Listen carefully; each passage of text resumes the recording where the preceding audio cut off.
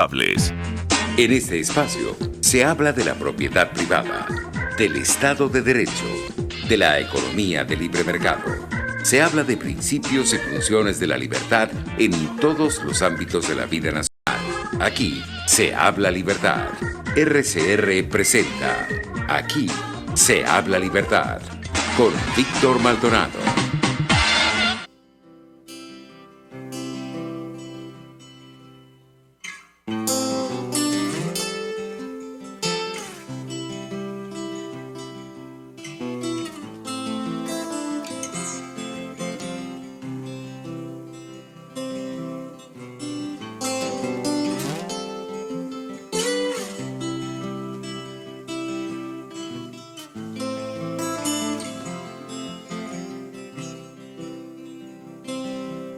Con la paz de las montañas te amaré,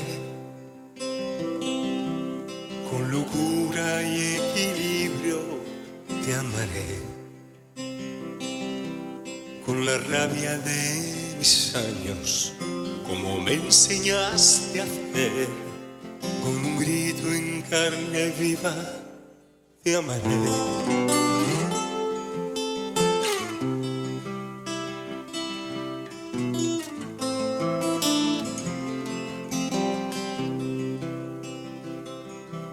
En silencio y en secreto te amaré, arriesgando en lo prohibido te amaré, en lo falso y en lo cierto, con el corazón abierto, por ser algo no perfecto te amaré, te amaré, te amaré. Como no está permitido, te amaré, como nunca nadie ha 23 de marzo del año 2022, escuchando esa bellísima canción de Miguel Bosé, Te Amaré, que creo que es de su álbum Lo Esencial de Miguel Bosé en 1978, por allí cuando estaba también cantando Tu Amante Bandido. Bueno, una bellísima canción de amor muy serena, el que le dedico a todos los que nos están oyendo y por supuesto a todos los venezolanos. Hoy celebramos el día de Santo Toribio de Mogrovejo, obispo del siglo XVII, que hizo vida de santidad en Perú. Gracias a todos los que están con nosotros a través de rcr750.com, de el canal de YouTube, del Top Chat. Ya en el Top Chat están Marbella Terán, María Macei y por supuesto maniobrando también con el chat Miguel Alejandro Fontán, que está con nosotros porque hoy es miércoles de perspectiva con Miguel Fontán. A todos los que además nos siguen a través de las redes sociales, @RCR750, también las propias, @Miguel Fontán y @VJMC por Twitter. Gracias a Jaime Nestares en la dirección general de la estación, a Willy Zarcaya en la gerencia de producción, Catherine Manzano, nuestra productora y experta también en maquillaje, ya saben, José Gregorio González, el zar de los controles, Helen Machado en la lectura de las noticias y Génesis Rodríguez en la producción de contenido. Bueno, ya dispuestos y disponibles ya para comenzar esta conversación con Miguel Fontán. Saludos, Miguel, ¿cómo estás? Hola Víctor, hola a todos los que nos acompañan. Bueno, feliz de estar otra vez contigo en otro miércoles de perspectiva, analizando y reflexionando sobre lo que nos pasa a nosotros y lo que le pasa al mundo. Así es. Bueno, comencemos por Venezuela, ¿no? Y yo creo que uno no debe perder nunca el foco de que Venezuela es un país despedazado, que todo el mundo está tratando de buscarle alguna significación y que muchos, digamos que ven en algunos signos del gobierno como una señal de que todo se acabó, de que todo cambió, de que digamos que vamos mejor que nunca. Y la verdad es que eso no es cierto, no es cierto. Y por supuesto, vienen venezolanos, viene gente de afuera y aprecia lo que está ocurriendo en el país y dice, oye, pero estamos mejor que en la época de los apagones, ahora se consiguen más las cosas. y no le encuentran sentido, porque cada quien vive en su propia burbuja, al hecho de que se consiguen cosas, pero no se pueden comprar. Los apagones continúan, pero más en el interior que en Caracas. Los efectos perversos de la subida de la tensión eléctrica y las bajas de tensión hace que los aparatos se dañen muchísimo más.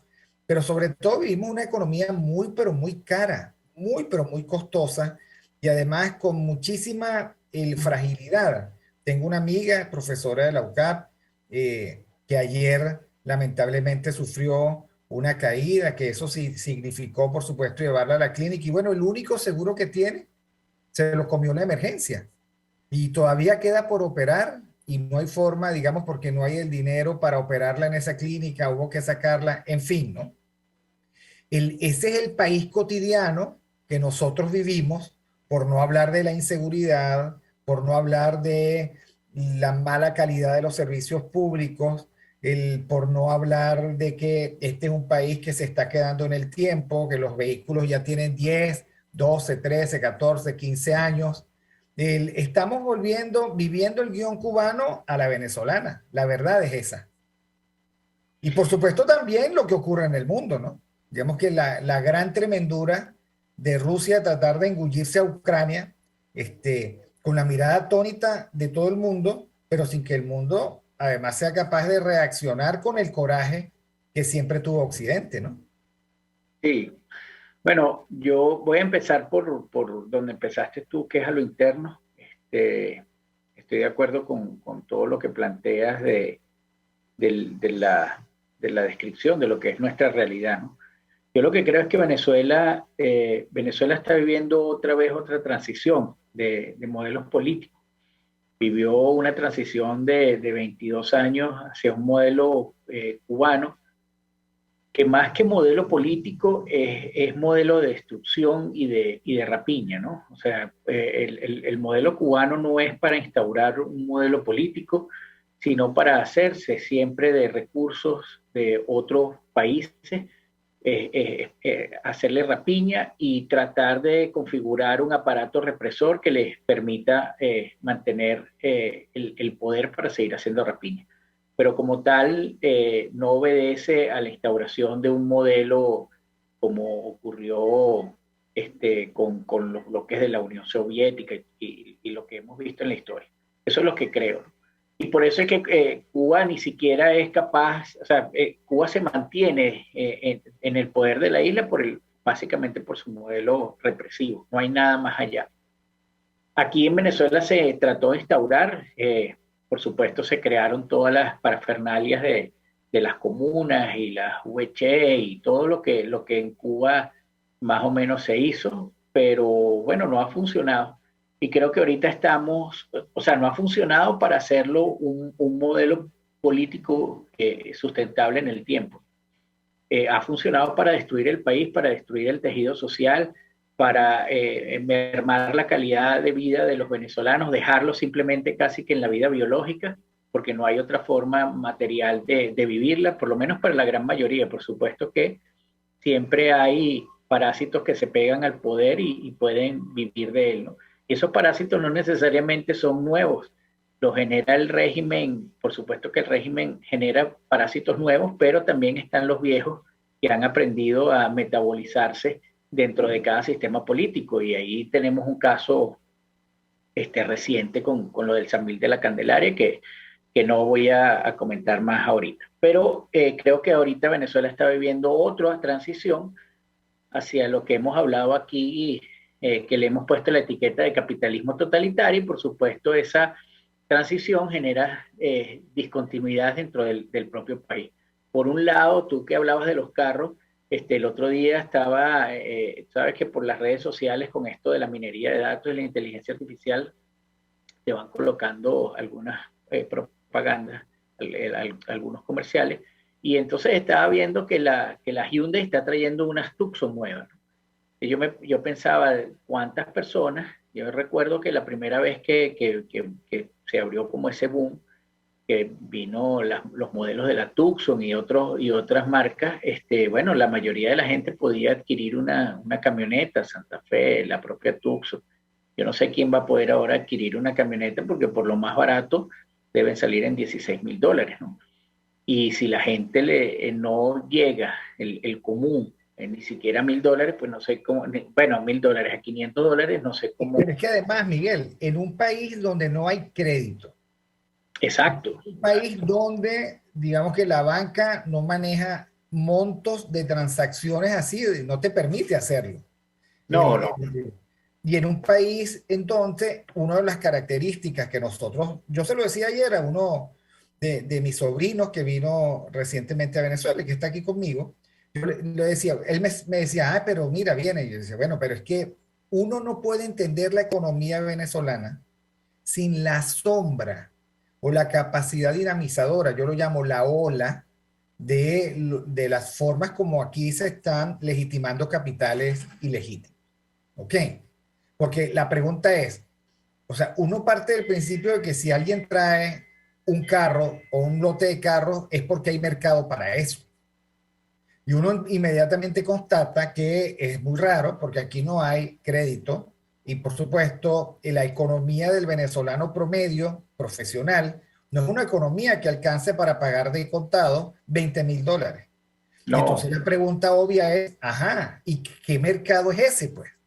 ¿Qué mercado Bueno, es ese que por puede eso satisfacerlo? estamos viviendo esos momentos disruptivos entre la destrucción total y absoluta que hace el modelo cubano con la disposición de ciertas capacidades materiales que hace el capitalismo totalitario, que como ya lo hemos conversado aquí, pues te dará ciertas capacidades, te las irá dando ciertas capacidades materiales a cambio de la libertad, no solamente la libertad política, sino la libertad individual, porque siempre estará sometido a una arbitrariedad. O sea, es todos los días salir a ver si no hay ningún problema, pero ya la certidumbre de vivir en un país con ley, donde tú puedas apelar a la ley, pues se pierde. Eso es lo que estamos viendo ahorita. El Sambil es esa misma lógica que tú dices, la puedes aplicar con el Sambil. Vas a abrir un Sambil en la Candelaria, donde todos los comercios de la Candelaria estaban deprimidos, entonces es la misma lógica, ¿con qué vas a comprar allí? Porque los enchufados no van a ir a la Candelaria, a lo mejor irán la primera vez por esnovismo, pero los enchufados no van a la Candelaria a comprar. Entonces, todo eso configura la realidad distópica que estamos viviendo, una realidad que por un lado muestra miseria y por el otro lado muestra opulencia. Una realidad que por un lado habla de las críticas condiciones de la mayoría de los ciudadanos y por el otro señala oportunidades de mercados que no existen, ¿no? Pero bueno, ¿cuánto tiempo va a durar esa transición? Dependerá ahora de lo que ocurra en el mundo. En esto, no sé si fue ayer o antes de ayer, el propio Biden hablaba de que se está configurando un nuevo orden mundial. Yo colocaba en un tweet que ahora, bueno, los venezolanos con Biden, los bidencianos, aquellos que cada vez que uno hablaba de eso le llamaban conspiranoico, ahora van a tener que borrar los tweets y los comentarios, porque lo que está a la vista no necesita anteojos. Y eso es lo que está pasando, ¿no? El mundo está configurándose, yo creo que ese término de multipolaridad cada día es menos viable, porque la multipolaridad existirá en la medida que una fuerza o un orden o un modelo político no pueda asumir al otro. Pero eso no quiere decir que no lo intente durante el tiempo, ¿no? Mientras tuvimos la Guerra Fría, lo que tuvimos es unos espacios de influencia que trataban de mantenerse. Después que eso se acabó y después de las políticas erradas que creo que empezaron hasta con Clinton sobre Latinoamérica, pues eso ha venido mermándose. Toda América que era de influencia americana, se podría decir que la parte de abajo, desde el medio hacia abajo, ya no tiene influencia americana, sino China, Rusia, iraní, turca. Entonces ya con eso uno comienza a ver todas las pujas geopolíticas que hay. Por supuesto, la guerra de Ucrania y la guerra de Rusia no escapa de la realidad que vivimos, que no es solamente un tema de guerra militar, sino de guerra psicológica, de guerra propagandística, de guerra electrónica. Entonces, bueno, eso es lo que tenemos ahora en el mundo. Yo hablaba el otro día con un amigo y le decía que lo complicado de esto es que ahora el ciudadano que no estaba preparado nunca para eso, porque la modernidad le hizo vivir en una burbuja en la cual él podía renunciar a lo político y vivir perfectamente lo personal, pues ahora se encuentra con que eso no es así, que si vive alejado de lo político, pues corre el riesgo de ser víctima de la manipulación o corre el riesgo de ser incluso parte del mecanismo de opresión. Entonces, Y ahora, seguimos nosotros haciendo una composición de tiempo y de lugar. Estuve viendo una entrevista que le hicieron a uno de los diputados de la Asamblea Nacional del chavismo, del régimen, es Oscar Rondero. Cuando yo conocí a Oscar Rondero era, digamos que una especie en México lo llaman particular, o sea, de secretario de Henry Ramos, uno de los que, digamos, estaba allí con Henry Ramos, supuestamente muy leal a Henry Ramos. Ahora sucede que él abrió tienda aparte y es el jefe de la fracción parlamentaria de los neoadecos en el Parlamento. Y uno no termina de saber si son los mismos, si son con Henry Ramos o sin Henry Ramos. La verdad es que en todo caso resulta irrelevante lo que voy a decir. Dos mensajes. Uno, que las negociaciones con el gobierno, con el régimen de Nicolás Maduro, no pueden seguir siendo negociaciones entre unos pocos que no representan a nadie y el régimen. ¿Ok? Y que por lo tanto ellos van a por su inclusión en ese tipo de negociación.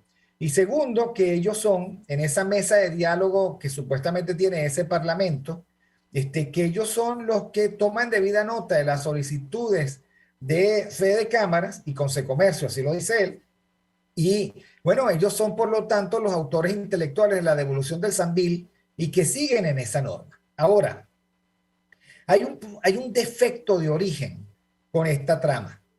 Ya hemos conversado sobre el Sambil, me parece maravilloso todo eso, pero lo que está detrás es una concesión graciosa de un régimen que quiere congraciarse con, en este momento, digamos, quiere tener más lustre en este momento en la comunidad internacional, es arreglando sus propios entuertos, pero la verdad es que los derechos de propiedad siguen legalmente condicionados en este país a una constitución que yo no entiendo por qué defiende todo el mundo, a una constitución socialista y a una legalidad comunista. O sea, la legalidad comunal es comunista. Y por lo tanto, el mismo que quitó el Sambil y que lo devolvió, lo puede volver a quitar, porque no hay garantía de la propiedad privada, no hay garantías ni hay garantes de la propiedad privada. Y entonces, a mí lo que me llama la atención es que Fede Cámaras y Consecomercio, según dice Oscar Rondero, lo que tiene es una lista de devoluciones, pero no hay una discusión sobre la institucionalidad que debería garantizar esta nueva etapa, entre comillas, del país. Digamos, una petición, genuflexa, devuélveme lo mío, que está muy bien, pero vamos a ver si eso tiene sentido. Lo mismo estaba haciendo, por cierto, el gobernador del Zulia, devolviendo algo por allá por Perijá. Entonces uno dice, ok, el régimen está devolviendo, regurgita, perdón, algunas cosas que se había devorado, pero cuando tenga hambre nueva, pues probablemente lo vuelva a hacer, ¿no? Es que, fíjate, tú diste un punto clave, ¿no? Yo creo que para analizar la complejidad de Venezuela, al igual que la complejidad de otros países que mantienen más o menos el mismo modelo, hay que ir desde la génesis que produce esa complejidad, ¿no? Entonces, si vamos a eso, partamos de algo. El régimen, su objetivo principal es mantener el poder. Ese es su objetivo principal.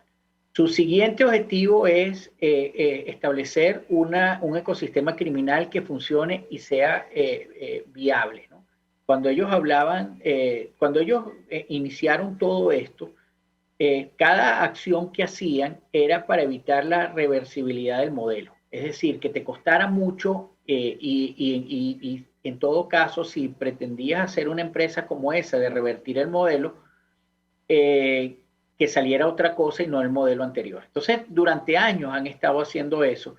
Y otra cosa importante es que ellos aprendieron, en la Alemania totalitaria es muy desgastante para el poder mantener ese control totalitario tal y como ellos lo tenían. Ellos aprendieron que dando algunos incentivos, manteniendo el control en algunas partes y dando algunos incentivos, la propia sociedad se vuelve garante de ese ecosistema, ¿no? Y así es que ha funcionado el régimen. Entonces, ¿qué pasa?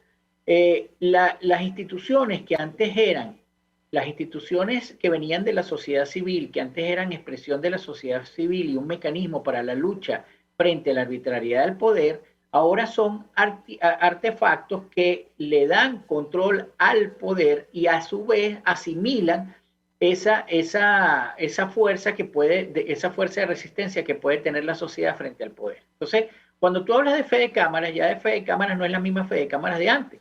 Fe de cámaras ahora es un mecanismo que articula los intereses del régimen y se encarga ella misma de ser un mecanismo para distribuir las magnificencias que puede tener el régimen, los regalos que puede dar el régimen de forma temporal. Ya no es una institución que pueda ir en contra del poder, sino es una institución que juega a favor del poder. Y así todos los gremios. Entonces, ¿qué pasa? Que en nuestra mente todavía nosotros tenemos esos gremios como si fuesen parte de la sociedad y no hemos entendido que esos gremios son parte de la estructura de poder que oprimen a la sociedad. Entonces, cualquier comerciante que quiera levantar la voz, viene el gremio y le dice, pues eso no es así. Si no te portas bien, te vamos a quitar el negocio y si te portas bien, nosotros te metemos en la lista porque nosotros somos los intermediarios frente al poder. Anne Applebaum tiene un libro que se llama El ocaso de la democracia, en el que señala que los estados totalitarios eran estados unipartidistas. Y dice algo que nosotros hemos dicho durante mucho tiempo y con lo cual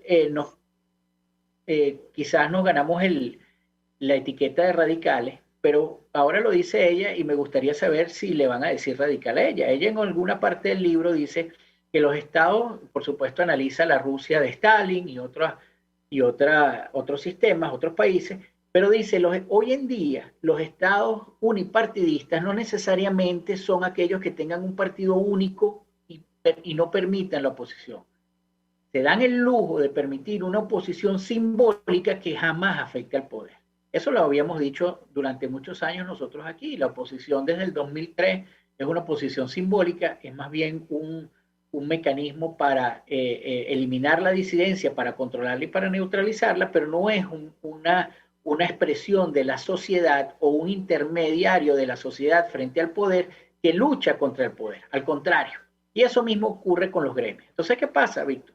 Lo que tú estás nombrando se constituye en el principal problema. No solamente no tenemos una constitución que apoye un sistema democrático liberal, es que las instituciones que antes estaban para desarrollar ese modelo ya no son, y nosotros no hemos cambiado la significación. Nosotros tenemos que ver a Fedecámara, a Consecomercio, como parte de una maquinaria del régimen, no de la sociedad civil. Cuando nosotros empecemos a ver eso, por lo menos vamos a empezar a cambiar nuestra cosmovisión de cómo resolver el asunto, porque lo mismo ocurre con los partidos políticos. ¿Tú crees que Voluntad Popular, Primero Justicia, AD, que tú lo nombrabas ahorita, Un Nuevo Tiempo, son partidos que van a ir en contra del poder? No, son partidos que tienen lo simbólico y que mantienen esa ilusión del ciudadano que todavía no ha entendido la realidad, pero son mecanismos del propio régimen que el propio régimen además configuró como le dio la gana. Entonces, nosotros tenemos que entender eso para poder entender que toda posibilidad de libertad material está condicionada a la arbitrariedad del régimen. La arbitrariedad de que él te dé una concesión para que tú hagas tu negocio a cambio de, por supuesto, te va a pedir algo a cambio, porque el principal objetivo del régimen es permanecer el poder y instaurar un ecosistema criminal cuyo fundamento económico, por supuesto, es el lavado de dinero. Ahora, cada día se notan más, digamos, supuestos líderes políticos sin ningún tipo de organización política que los respalde. El régimen destrozó a la partidocracia venezolana y no ha permitido, y tampoco los líderes son capaces de trabajar la reconfiguración de sus propias organizaciones. Uno ve cada día a los líderes más aislados, más distantes de la realidad venezolana, menos empáticos, con un discurso cada día más pobre, de coyuntura, un discurso que termina siendo la crónica de lo que el régimen hace, una especie de protesta simbólica constante, pero partidos muy frágiles y muy débiles. Cada día uno observa que no hay esa estructura que le da sentido a ser mediadores constantes entre las demandas de los ciudadanos y el poder. Allí ya no hay eso. Que son, digamos, unos pobres políticos solitarios, cada uno con su discurso y además con partidos hechos jirones. El que no son capaces de dar con la clave para, por ejemplo, comprender y representar a Miranda, o a Carabobo, o a Bolívar. Tanto así, que son capaces algunos de ellos de hacer lo que hizo el ex dirigente de la causa R, que, bueno, después de años de exilio, vuelve por Maiquetía, se monta en otro avión, llega a Bolívar, se proclama candidato, compite por la candidatura, y uno dice, bueno, esa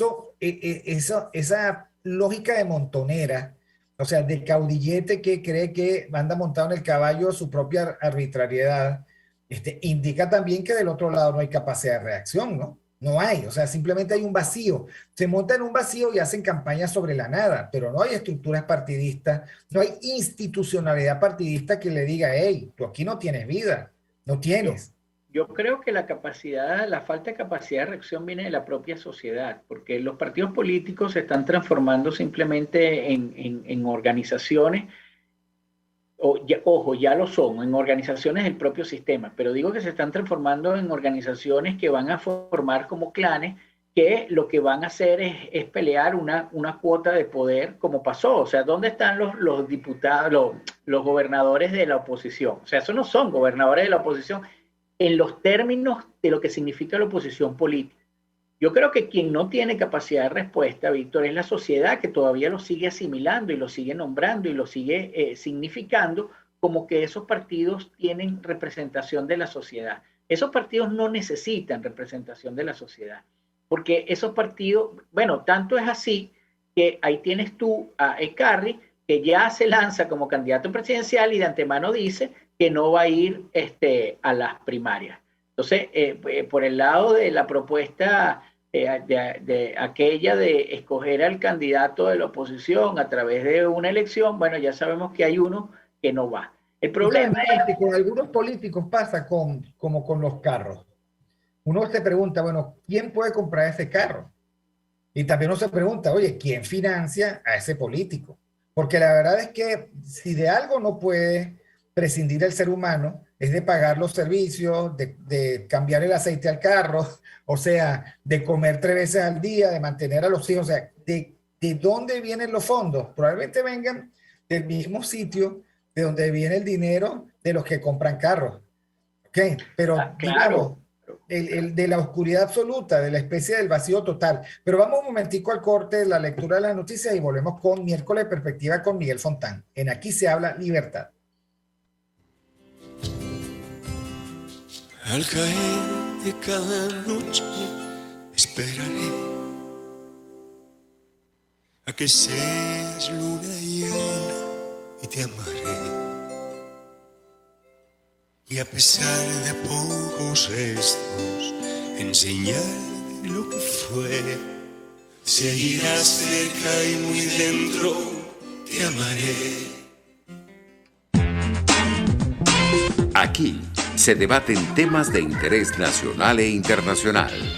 Aquí se habla libertad con Víctor Maldonado. Solo por rcr.tv, la radio que se ve. Sintonícenos a través de Periscope, @RCR750, la radio que se ve. Y ahora quiero hablarte de Comercializadora Prada. Y ya de solo nombrarlo se me hace agua la boca, porque Comercializadora Prada son los más frescos quesos y embutidos que te llevan a tu casa. Todos los quesos, todos los embutidos. Y como cuentan con proveedores exclusivos, te resulta mucho más económico. Llámalos ya, 0424-134-6035, en Instagram wprada.ve. Comercializadora Prada, todo en quesos y embutidos con la mejor relación precio-sabor. Pluralidad contigo. Respeto contigo. Responsabilidad contigo. Libertad contigo. Estamos contigo y punto. De lunes a viernes a la 1 de la tarde.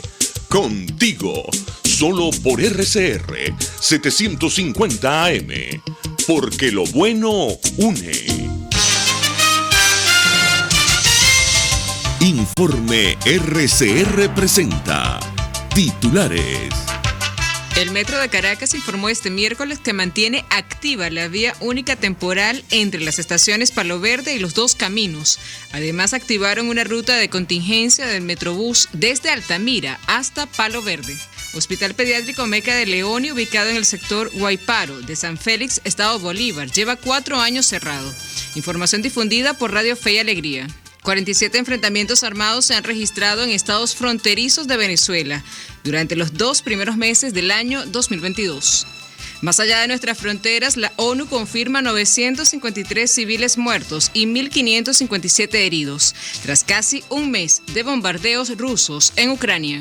Presidente de Francia, Emmanuel Macron, conversó este miércoles con Volodymyr Zelensky y Putin para intentar un alto al fuego en la invasión rusa a Ucrania. Y en los deportes, la FIFA inició este miércoles 23 de marzo la segunda venta de entradas para el Mundial de Qatar 2022. La venta de los tickets solo durará 6 días. Hasta aquí los titulares de esta hora, les informó Helen Machado. Sigan con la programación de su RCR.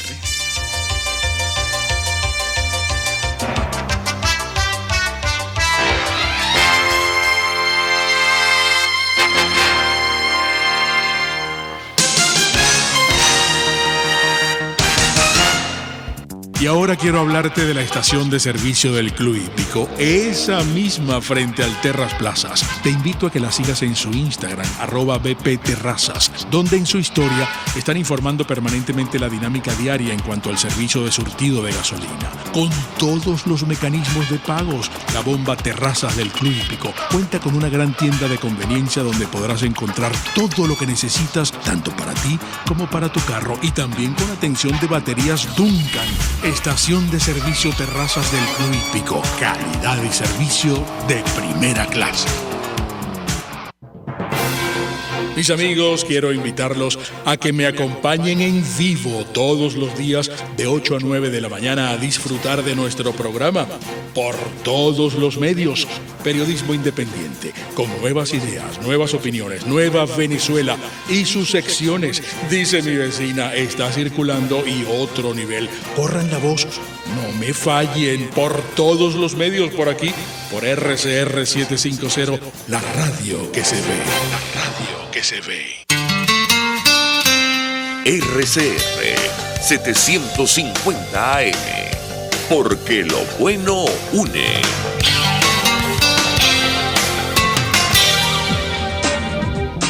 Ideas para alcanzar un país con libertad económica, democracia política y seguridad jurídica. Aquí se habla libertad con Víctor Maldonado.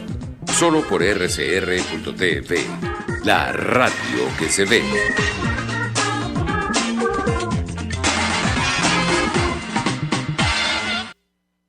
Continuamos con Aquí se habla libertad, leyendo las maravillosas y muy atinadas intervenciones del chat en vivo, del top chat de RCR 750 por YouTube.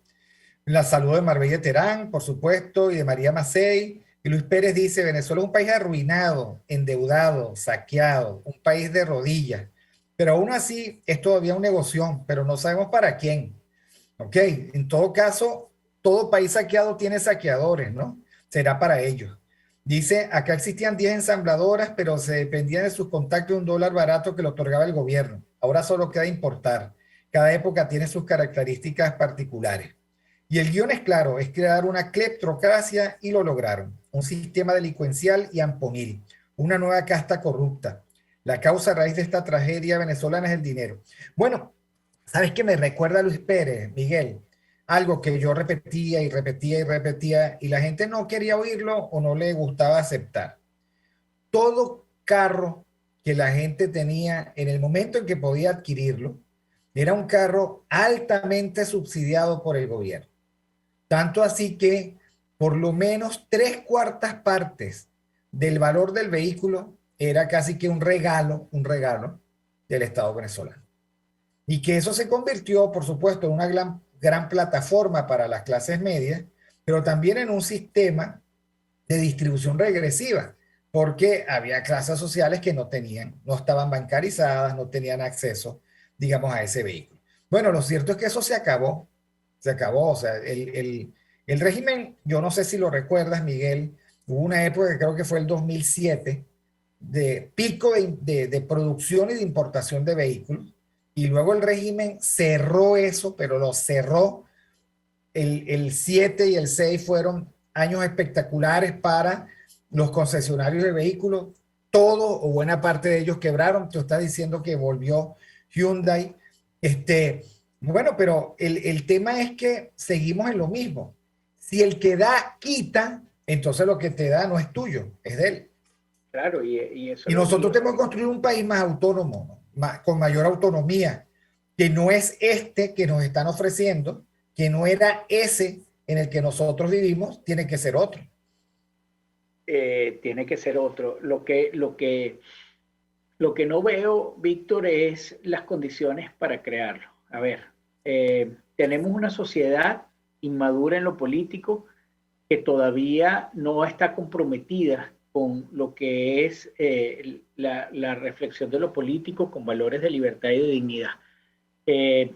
Algunos les da igual, otros siguen viendo la oposición y la siguen apoyando porque es lo que hay, otros la siguen apoyando porque tienen amigos ahí. En el caso de un beneficio para ese grupo, pues le cae un beneficio también a él. Y así es muy difícil construir un país como el que tú estás diciendo ahorita. Eso por un lado. Por otro lado, tenemos ya los sistemas democráticos con una gran fisura, con una gran debilidad manifiesta, que yo creo que también tienen que repensarse, por lo menos reflexionar acerca de las limitaciones que tiene que poner la democracia para evitar que caiga en manos de populistas. Hay gente que dice, y esto es lo más preocupante, porque es un mundo cada vez menos plural y menos dado a la pluralidad, que existe una pretensión, no me acuerdo ahorita el nombre de la investigadora, es una psicóloga. Antes nosotros teníamos una personalidad totalitaria y bueno, y estaban definidas, pero por supuesto eso es una condición muy rígida. Y entonces llega esta, les debo el nombre, esta psicólogo, y dice que hay una pretensión o una predisposición, mejor dicho, la categoría que usa esta, una predisposición totalitaria dentro de todas las sociedades, que casi es de 1/3 de las sociedades y podría ser más. Y esta pretensión totalitaria, esta predisposición totalitaria no es más que la configuración que tiene un individuo para evitar los debates acalorados, para evitar la incertidumbre y para evitar la pluralidad de pensamiento. Cuando uno se regresa a la sociedad venezolana y ve el tema de la polarización que hay, pues encuentra que, y a lo mejor también es catalogado uno así. Lo que pasa es que uno lo que más ama precisamente son los debates acalorados y la pluralidad, por lo menos de ideas para debatirlo. No hace cultura de cancelación y no bloquea al que piensa distinto, como hay muchos demócratas que lo hacen. Entonces, cuando yo leo esto y lo coloco aquí en Venezuela, pero si tú lo extrapolas al mundo, te das cuenta que casi que es inevitable que la democracia eventualmente caiga en las manos de autoritarios. Eso por un lado. Por el otro lado, la democracia siempre fue creada, la democracia liberal, con el propósito de usar la razón y con el propósito de establecer las normas a partir de la razón. Por supuesto que las normas, las limitaciones que le hicieron a ese devenir político y social eran siempre procurando que en algún momento la sociedad pudiese caer en la irracionalidad, pero eso ya no lo puedes evitar. Y más hoy en día, Víctor, donde tienes a niños de 4 o 5 años que son adoctrinados con ideologías de género, tienes toda una desestructuración de la sociedad en sus aspectos más básicos, como es la definición de hombre y mujer, y en sus aspectos más recreativos, como puede ser la competencia masculina y femenina, todo distorsionado porque resulta que la mujer del año es un hombre y la nadadora campeona en femenino es un hombre, biológicamente hablando, ¿no? Entonces, claro, todo esto, Víctor, te configura un espacio que precisamente no es sano para la razón, te configura un espacio que vuelve loco al ciudadano que está acostumbrado a vivir en su burbuja y a decir, de la política se encargan otros, yo me encargo de lo mío. Y cuando tú te pones a ver esto en perspectiva, tú dices, bueno, pareciera que el destino de Occidente es precisamente caer en manos de regímenes autoritarios que den certidumbre, que eviten la pluralidad y que homogenicen por lo menos la vida. Entonces, no sé si al ciudadano le interese de verdad un país como el que tú estás colocando, o al ciudadano le interese que le den su espacio de posibilidades materiales, que él no se mete en problemas y hace lo que tiene que hacer para conservar. Bueno, sabes que cuando la gente creía, bueno, la gente pretendía tener el derecho de despreocuparse de lo político. Lo que pasa es que los espacios que se dejan se llenan, y los llenaron los peores. ¿Ok? Lo llenó la demagogia, el populismo, y por supuesto, esta trácala, en el caso de América Latina, tan ordinaria, de una agenda de insensatos y de necios que llegan al gobierno. Yo por ejemplo, este presidente chileno, ¿no? Llegó y sacó todas las imágenes religiosas de la moneda y las tiró, y por lo tanto dejó de representar una parte del país que es creyente. Por otra parte, él llega y tira las cosas a la moneda porque su punto de vista como presidente es que él es el dueño de la moneda. O sea, que él, digamos, es el dueño de eso y que se hace lo que él quiera. ¿Ok? Y como él quiera. No tienen ese respeto institucional de gobernantes que dicen, bueno, por aquí paso, pero por supuesto las instituciones son las estables, yo solo soy un accidente en el plano institucional. No, por lo visto llega con esa capacidad cáustica de corroer, digamos, sobre lo que está montada en las instituciones chilenas. Es un caso perdido, va a estar perdida por mucho tiempo. Ahora, tú tienes razón cuando dices, bueno, ¿quién votó por él? Los chilenos. ¿Quiénes votaron por Pedro Castillo? Los peruanos. ¿Quiénes votaron por Chávez? Los venezolanos. Vamos a estar claros. ¿Ok? Y tampoco vale decir, no, por Pedro Castillo votó el lumpen de Perú, por este muchacho chileno votó el lumpen chileno, y eso no es verdad. Y tampoco fue en el caso de Chávez, votó el lumpen venezolano. O sea, hay una gran responsabilidad por la forma como las clases medias asumen lo público y cómo ellas determinan su propio destino. Después, digamos, de ojos sacados no vale Santa Lucía. Sí, y eso que está señalando es producto, o mejor dicho, evidencia, lo que ha sido el daño que le ha hecho la democracia a la propia reflexión de lo político, en el sentido de que, bueno, es como aquel médico que dice, yo me encargo de mi espacio de cirugía y no me importa lo que pasa en el hospital, ¿no? Es más o menos la lógica así. Tú me hiciste recordar ahorita, yo no sé si tú recuerdas, creo que fue la época del 2003 al 2007. Sé que se hicieron durante varios años unas encuestas o casi todas las encuestas medían la percepción del ciudadano, ¿no? Entonces decían, la pregunta típica era, ¿cómo cree usted que le va a ir este año? Entonces la mayoría contestaba, el 80% dice que le va a ir bien. Y la siguiente pregunta es, ¿y cómo cree que le va a ir al país este año? Más o menos el 70% decía, le va a ir mal. Entonces, claro, a mí siempre me llamó eso la atención, porque ¿cómo te puede ir bien en un país que le va mal? Hay dos formas, o tú estás totalmente disociado de ese país, o tú eres un inversor que viene por un periodo de tiempo y estableciste una brecha o una oportunidad de negocio y te piensas ir, porque si no, no hay manera que tú estés bien en un país que está mal. Ni siquiera los enchufados que están bien Claro, pero económicamente. tú te pones a ver que esto que tenemos ahora es la perfecta definición de yo estoy bien, el país está mal. Entonces, el que se Exacto, compra la exacto. camioneta Hyundai está bien, pero el país está mal. ¿Ok? Exactamente, exactamente.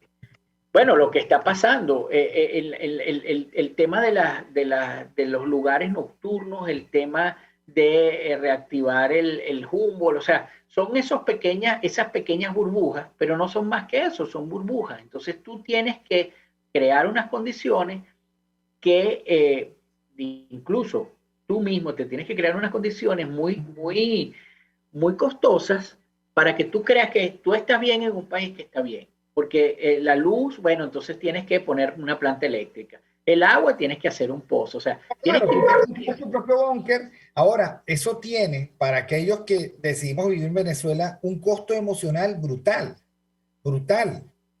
Y sí, claro, uno sale y se come un perro caliente, y sí, uno sale y almuerza, sí, con un costo emocional brutal, claro. porque no es lo que te sobra, no es lo No, que no, te sobra. es que el venezolano aprendió después o sea, si uno ve la historia de los últimos 40 años, 50 años, el venezolano pasó de esa bonanza en el que se divertía porque le sobraba a divertirse con lo que le falta.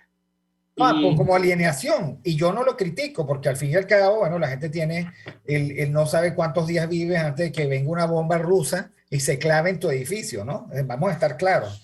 Pero, a ver, el que viene de afuera y el que vive afuera no entiende. O sea, porque para comprender hay que vivir la experiencia subjetiva de la vida del venezolano en Venezuela. El de afuera no tiene cómo entenderlo, porque estos son un conjunto de sentimientos, sensaciones y formas de encarar la sobrevivencia que el otro no está experimentando, ¿ok? Y que no tiene cómo experimentarlo. Entonces, claro, el que haya consumo, sí hay consumo. ¿Eso te hace sentir mejor? No necesariamente. Y pongo, por ejemplo, el tema de en las universidades privadas, que son las únicas universidades que quedan, porque no hay universidades públicas, porque las universidades públicas están muertas, ¿ok? Son un referente vacío.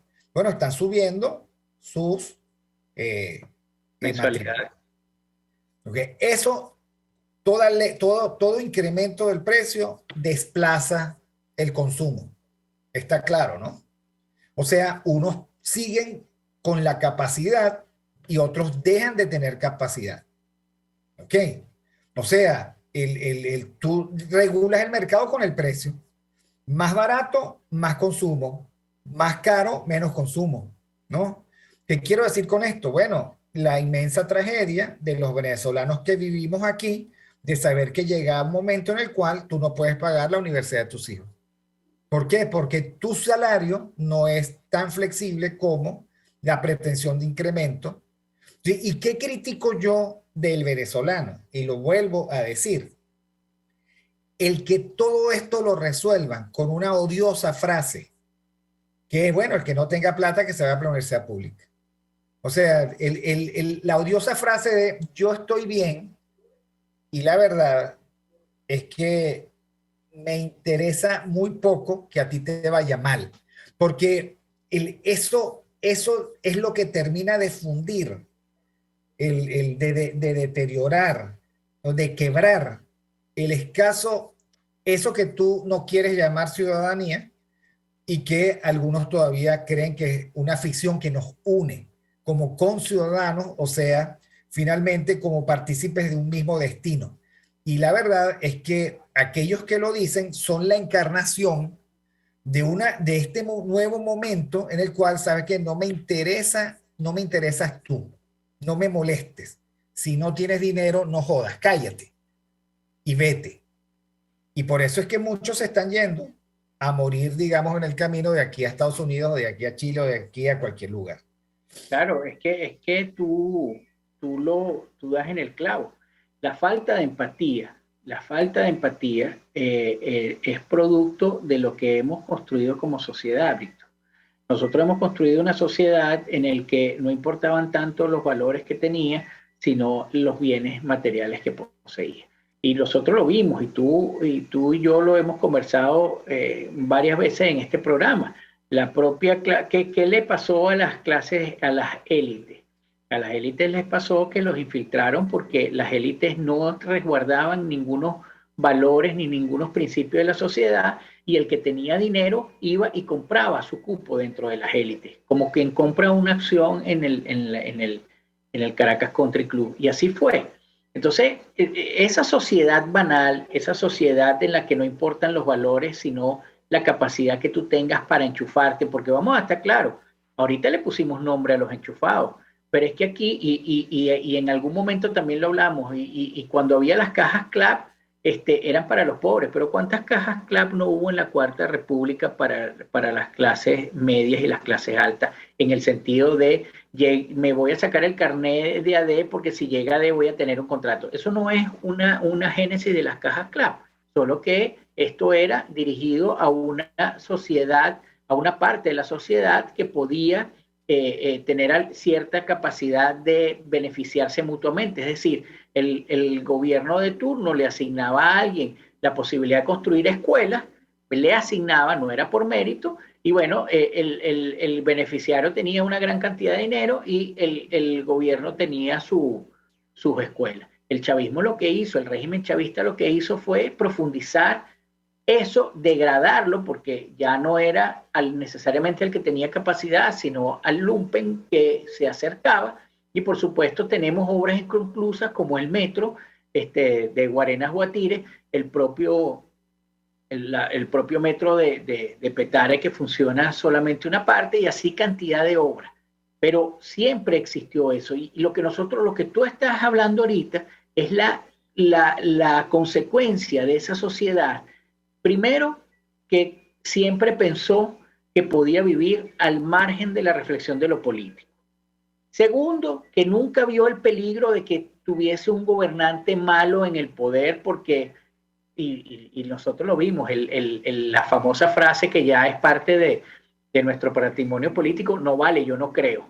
Aquí nadie creyó que un régimen de una isla chiquitica, mediocre y triste, iba a tomar un país petrolero, grandioso, como era Venezuela. Pero ahí está, no solamente lo tomó, se apropió de él y esclavizó a la gente y la sometió a la indignidad de vivir en ese régimen político. Entonces, yo no sé, la verdad, cómo pueden vivir sin haberse retractado formalmente muchos de los que firmaron a Fidel Castro como el salvador de los pueblos de América Latina.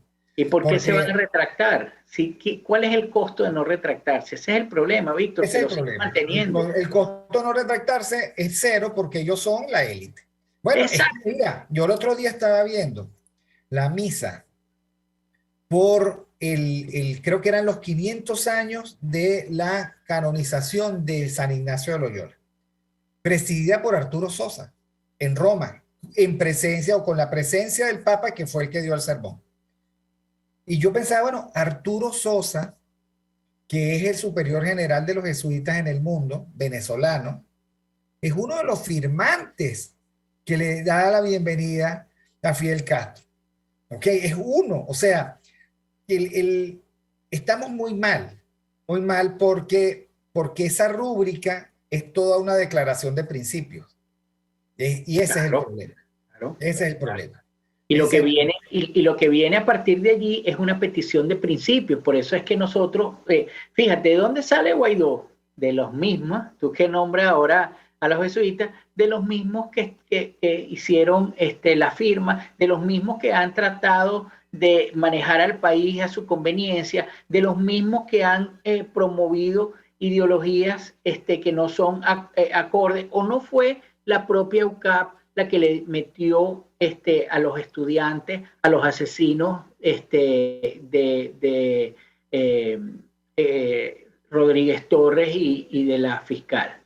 Entonces, así, por eso te digo, Víctor, si nosotros queremos un cambio, si nosotros queremos refundar esta república, o mejor dicho, fundarla, necesitamos cambiar a la sociedad, necesitamos que la propia sociedad se deslinde de esos vacíos, de esos significantes vacíos, y empiece a reflexionar sobre el país que quiere, cómo lo quiere y cuál pueden ser sus representantes. Pero ya tenemos que entender que todo lo que está ahorita tiene que salir. Tienen que salir los partidos políticos porque no son la representación, y tenemos que construir nuevos, porque la democracia es imposible sin una intermediación política. Ahora, la intermediación política no puede ser cualquiera.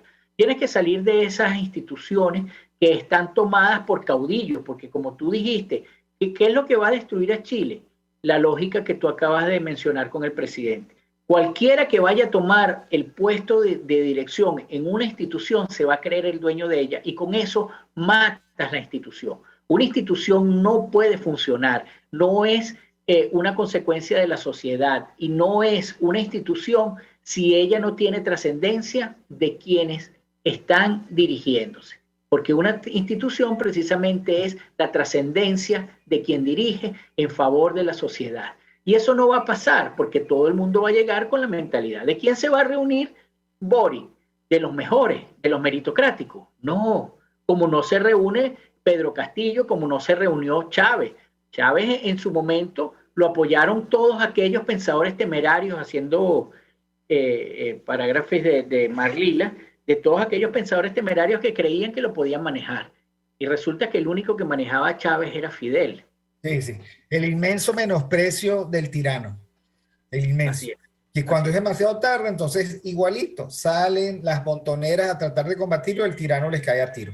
Bueno, muchísimas gracias, Miguel Fontana. Hemos agotado el tiempo de este nuevo miércoles de perspectiva, 23 de marzo del año 2022. Gracias a todos los que nos escucharon, a María Macei, a Yoyo Juárez, a Abraham Bensit, a Luis Pérez, a ¿quién más? Se me va una, Marbella Terán. Y bueno, gracias a Jaime Nestar en la dirección general de la estación, Nahuelip Sarcaya en la gerencia de producción, Catherine Manzano, nuestra productora insigne, José Gregorio González, el zar de los controles, Helen Machado en la lectura de las noticias y Genesis Rodríguez en la producción de contenido. Tremendo equipo el de RCR que hace que nosotros mantengamos el contacto. Saludos.